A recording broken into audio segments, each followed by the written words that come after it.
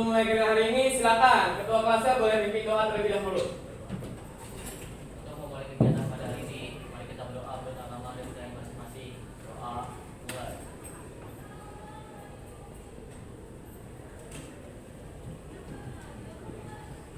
Doa selesai. Ucapan salam. Assalamualaikum warahmatullahi wabarakatuh. Oke, baik. Bismillahirrahmanirrahim. Waalaikumsalam warahmatullahi wabarakatuh. Selamat pagi semua. Pagi luar biasa. Oke, apa kabar hari ini? Alhamdulillah luar biasa. Oke, sebelum saya memulai kegiatan hari ini, saya ingin mengabsensi kalian terlebih dahulu. Abdurrahman, Hadir, Pak. Ahmad Fauzi, Alfa, Hadir, Pak. sebelum saya memulai materi hari ini, masih inget nggak terakhir agenda kita itu kemarin ngapain tuh, ya? Yang kita praktek. Masih inget nggak materinya tentang apa? Kemudian apa saja yang dilakukan, ya? Penemuan apa, praktek apa yang kalian lakukan dan apa yang kalian dapatkan di minggu lalu? Siapa yang ingin merefleksi kegiatan minggu lalu atau mengingat-ingat kegiatan minggu lalu? Silahkan. Saya Pak. Natanir, silakan. Jadi kemarin kita itu melakukan praktek berupa tahap-tahap atau prosedur merangkai gerak tali Pak. Yang pertama dari eksplorasi, kita memperhatikan kegiatan sehari-hari seseorang atau memperhatikan suatu tarian. Lalu kita melakukan improvisasi di mana kita menambahkan unsur-unsur lainnya. Terus yang ketiga ada juga evaluasi.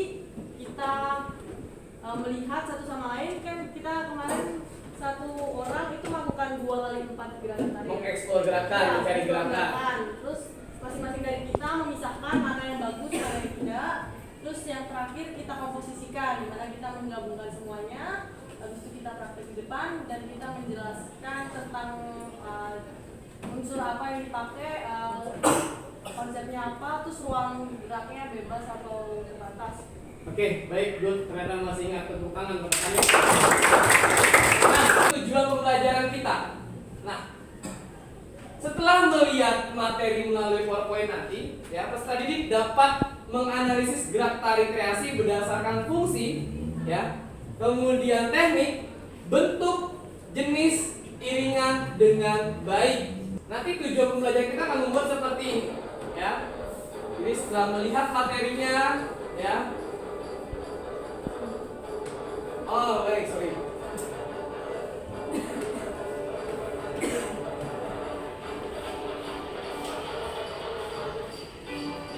Nah, saya mengambil dari lagu daerah untuk iringannya. Ya.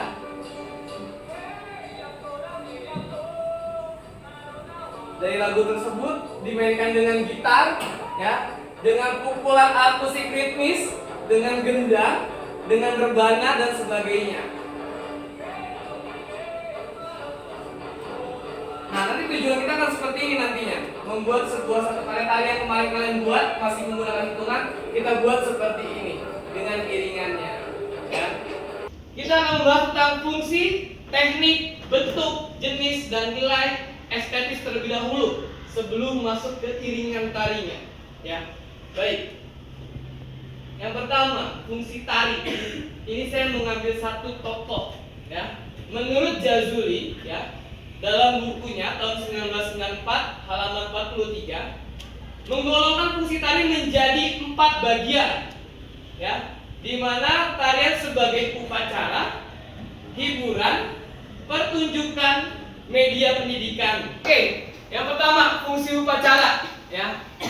Di sini fungsi upacara adalah tarian sebagai sarana upacara, merupakan media persembahan atau pemujaan terhadap kekuatan gaib yang banyak digunakan oleh masyarakat yang memiliki kepercayaan, contohnya animisme, dinamisme, ya.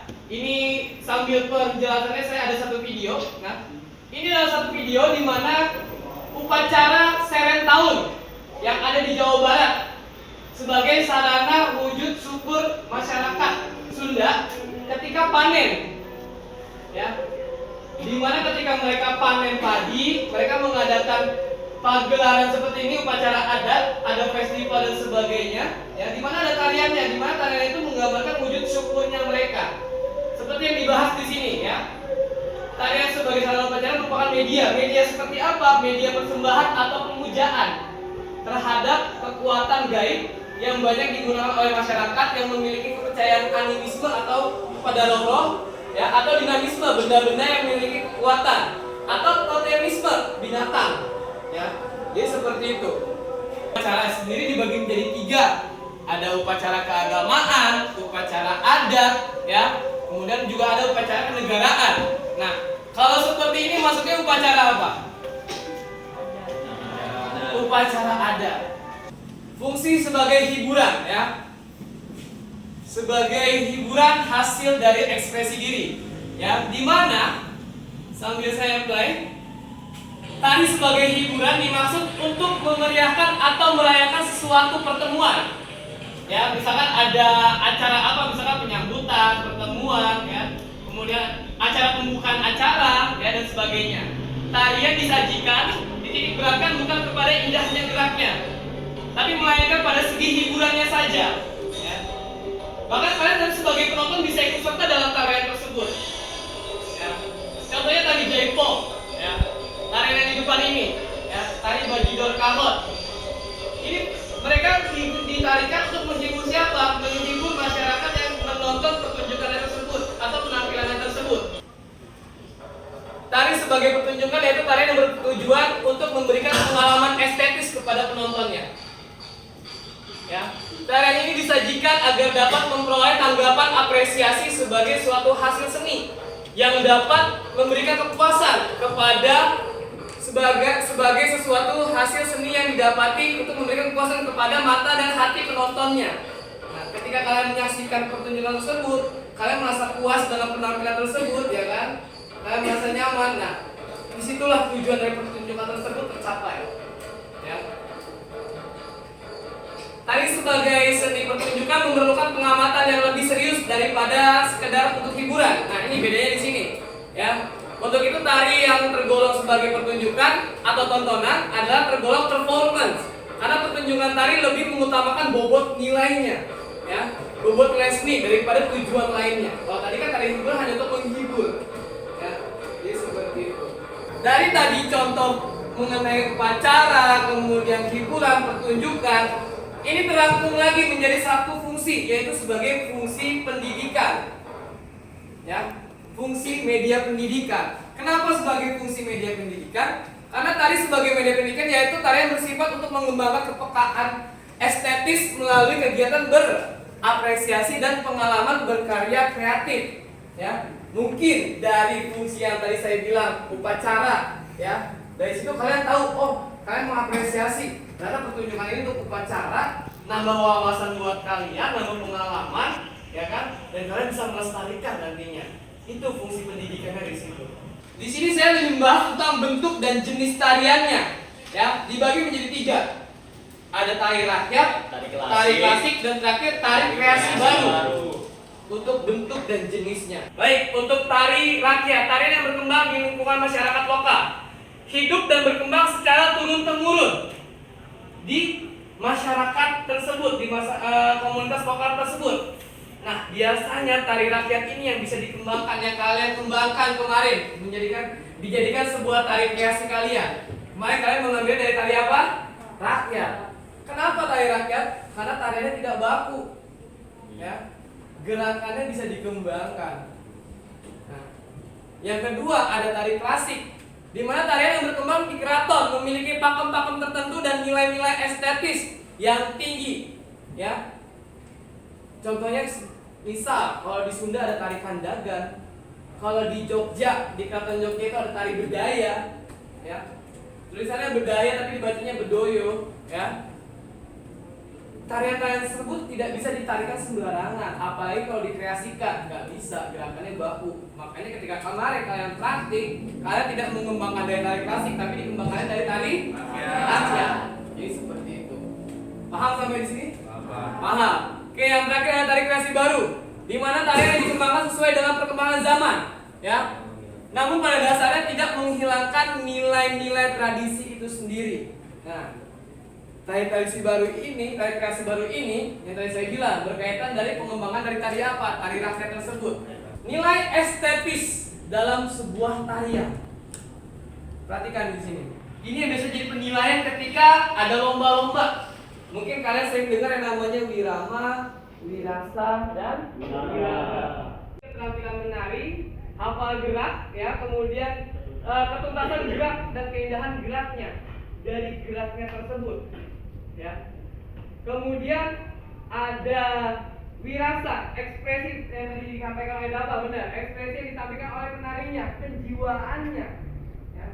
Ketika mereka menari, ya. Misalkan tariannya bahagia, ya, kan nggak mungkin menampilkannya dengan muka sedih.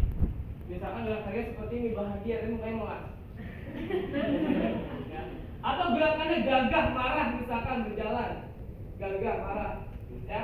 Tapi cengenges gerakannya. Kan nggak mungkin. Ya, jadi seperti itu. Berikutnya terakhir ada wirama, di mana kesesuaian atau keserasian gerak dengan irama, ya, kemudian dengan tempo, ya, dan sebagainya, ketukannya. Nah, ini ada satu contoh sebuah tarian yang dimana meliputi itu semua, ya. Contohnya seperti ini. Aspek yang pertama wirama, ya. Kesesuaian dan keserasian gerak dengan irama gerakannya, dengan irama pengiringnya, ya. Ketika temponya cepat, musiknya gerakannya ikut cepat. Ketika musiknya dengan suasana menegangkan, gerakannya pun juga dengan suasana menegangkan, gerakan yang wiraganya. Kemudian wirasanya, ekspresi wajahnya, ya, dengan wajah atau mimik wajah yang mungkin takut, sedih, ya, marah dan sebagainya. Iringan pada tari memiliki fungsi sebagai iringan penyajian tarian tersebut. Nah, kayak contoh tadi, ya. Ketika musiknya menggambarkan tentang apa, fungsi utama mereka apa? Mengiringi tarian tersebut sesuai dengan suasananya, menambah semangat dan dinamis si tariannya tersebut, ya. Kemudian mengatur dan memberikan tanda efektif dari gerakan tersebut, kode-kode perpindahan gerak. Ketika tadi musiknya rampak, gerakannya rampak. Kodenya musiknya mengalun, gerakannya mengalun. Nah, di situ sebagai fungsi musik, ya, dalam sebuah tarian. Sebagai pengendali atau memberikan tanda atau perubahan bentuk tarian. Nah, tadi saya bilang masih berkaitan. Tanda atau kode ketika perubahan gerak. Nah, dari musik tersebut bisa dijadikan acuan. Dan terakhir sebagai penuntun atau pemberi tanda awal atau akhir gerakan tersebut. Nah, musik dibagi menjadi dua, ada musik internal dan musik eksternal. Ini kita dibahas minggu lalu. Musik internal apa? Musik yang berasal dari tubuh kalian. Tepukan tangan, jentikan jari, hentakan kaki, vokal kalian. Musik eksternal, bunyian atau suara yang biasanya berasal dari alat musik atau instrumen. Ya, adanya iringan musik atau tabuhan musik untuk mengiringi tarian tersebut. Ya, oke, baik. Saya ingin memberikan satu contoh. Ya, kita coba untuk bergerak. 1, 2, 3, 4, 5, 4, ya. 4. Kita coba iringan musik internal dengan sudah jadi gerakan tari juga. Siap? 5, 6, 7, mulai. Tuaga, tuaga. Jadi satu gerakan. Oke, ulangan buat kalian. Paham? Kita coba musik internal dan eksternalnya kita gabungkan dengan media yang saya bawa, RFID tersebut. Yuk, siap. 2 putaran. Bisa dong, anak hebat bisa lah ya. Oh, Pak Tony mau dong kalian dotan dong. Kayaknya mantan penari ini nggak ngejar atau penari salaman. Yuk, siap. 5, 6, 7, 4.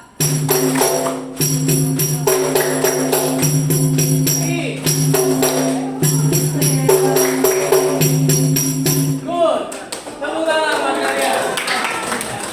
Itu salah satu contoh kecil.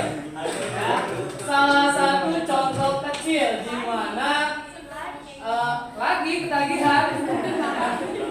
Di mana dari sebuah gerakan, ya, bisa digerakkan dengan alat musik internal, bisa juga dikombinasikan dengan alat musik eksternal. Saya beri waktu kalian 10-15 menit Jika sudah selesai, di screenshot kirim ke WhatsApp saya. But I think this dream was rotten at its core. Tried to fix these things, patch it up like before, but I was the fool. Went down with a sinking. Yang bisa menjawab pertanyaan, silakan angkat tangan, ya.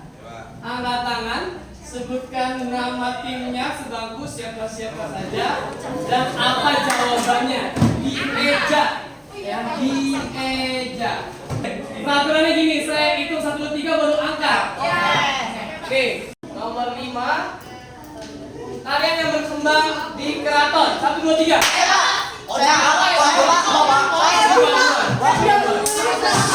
Siva sama siapa? Siva dengan Tria. Jawabannya klasik. Jawabannya apa? Klasik. Klasik. Kita coba. Coba Eda. L.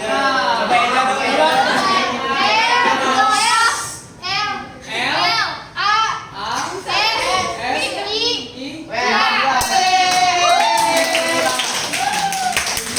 Dari pembelajaran yang hari ini saya berikan, ya, yang saya jelaskan tadi mengenai tentang fungsi, ya, kemudian tentang bentuk dan jenis, lalu tadi juga ada tentang iringan musik itu seperti apa, ya, apa yang dapat kalian tarik kesimpulan dan bisa kalian maknai untuk pembelajaran hari ini. Siapa yang ingin menyimpulkan dan memaknai pembelajaran kita di hari ini? Ya, Natanif. Selalu ya, Natanif lagi ya. Tepuk tangan pada Natanif. Baik, Natanif, silakan. Jadi itu ada berbagai, tadi kan udah banyak yang belajar ya Pak. Salah satunya fungsi. Dan fungsi itu ada 3. Fungsi upacara, fungsi hiburan, dan yang terakhir ada fungsi pertunjukan. Terus ada juga tentang jenis. Nah, jenis-jenis tari itu ada tari rakyat, tari kreasi baru, sama yang terakhir tari klasik. Good, lanjut. Terus juga ada wirama yang berkaitan dengan ekspresi atau penghayatan penarinya, wiraga yang berkaitan dengan gerakan, di mana kita harus menghafal gerakannya, terus keindahan gerakannya. Terus yang terakhir ada wirama, di mana itu berkaitan dengan instrumen atau ketukan lagunya. Terus juga Oke. saya menyampaikan itu. Jadi seperti itu ya. Jadi mengenai fungsi dan sebagainya ya. Oke, baik. Perhatikan dari pembelajaran hari ini ya, dapat kita maknai ya bahwa dalam sebuah tarian ya memiliki fungsi yang beraneka ragam ya. Yang tadi disampaikan tadi ada fungsi sebagai upacara, lalu sebagai tontonan, hiburan. Bahkan dari ketiga fungsi tersebut ditarik lagi satu kesimpulan, fungsinya untuk apa? Pendidikan. Dari pendidikan yaitu kalian lewat sebuah materi tari ya, ketika kalian mempelajari itu semua bisa menjadi sarana pelestari wawasan buat kalian, media kalian untuk mengenalkan jauh lebih tentang kebudayaan kita ke khalayak umum, mencintai kesenian kita lewat tarian tersebut. Nah, itu untuk fungsi pendidikannya. Nah, dari situ pembelajaran tercapai. Baik, saya rasa cukup. Hari ini luar biasa ya. Kalian sangat aktif, sangat interaktif dan sebagainya. Tepuk tangan buat kalian. Kurang lebihnya mohon maaf ya. Cukup sekian pembelajaran hari ini. Silakan ketua kelas untuk memimpin doa.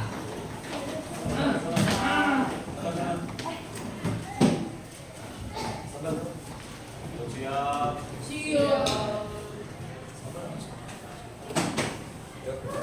Untuk mengakhiri kegiatan pada hari ini, mari kita berdoa buat agama dan doa mulai.